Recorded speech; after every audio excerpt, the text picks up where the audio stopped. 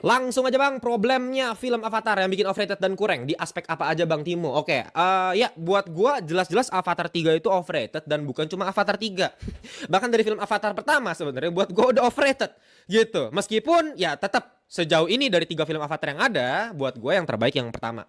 Karena ceritanya paling enak ditonton, maksudnya paling secara cerita juga fresh gitu.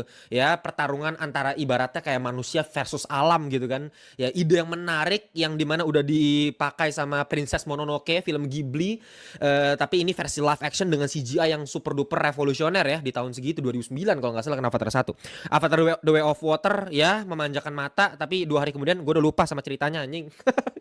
Ya, gue kemarin pas ikut screening apa film Avatar Ash, apa Fire and Ash ini, itu gue beberapa kali ngobrol sama orang, orang nggak ada yang inget anjing cerita Avatar The Way of Water, nggak ada yang inget. Kenapa? Lagi-lagi karena memang buat gue ini nggak ada cerita yang bisa diingat dari Avatar, karena Avatar itu jualan experience, murni experience. Ya, Avatar 3 ini kalau orang bilang iya absolute cinema, tergantung parameternya. Kalau misalnya lu ngomongin secara experience, lu bilang absolute cinema, gua nggak bisa ngomong apa-apa karena memang secara experience itu yang pengen ditujukan sama si James Cameron. James Cameron itu dari dulu memang selalu kayak gitu. Dia itu bikin Avatar bersequel-sequel kayak begini, itu bukan jualan cerita. Ya, kalau kalian bilang ceritanya ringan, apa nih ceritanya biasa banget gitu kan. Ya, mainstream gitu, mediocre film mid. Iya, emang itu yang ditujukan sama si Cameron.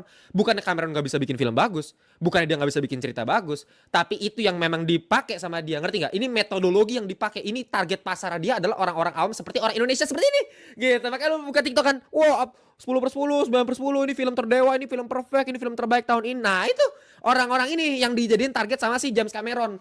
Yang dimana orang-orang nggak mau mikir, ya kan? Pokoknya kalau misalnya ada cerita begini dengan visual kayak ini, pasti bilang, wah, apa sih ini mah? Apakah itu salah? Enggak juga. Tergantung lagi-lagi, tergantung si Cameron. Cameron maunya kayak begitu, gitu. Ngerti nggak? Ya. Karena kalau misalnya si Cameron bikin film yang ceritanya lebih kompleks, yang lebih ribet, misalnya kayak cerita-ceritanya apa Nolan, Denis Villeneuve gitu kan, yang lebih lebih main psikologis, ya kan? Overkill. Lu bayar filmnya 3 jam bangsat.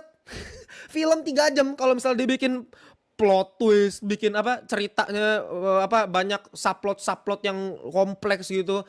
Ya lu enak anjing lu kan, nggak lu keluar bioskop bukannya lu menikmati, lu trauma nonton Avatar gitu.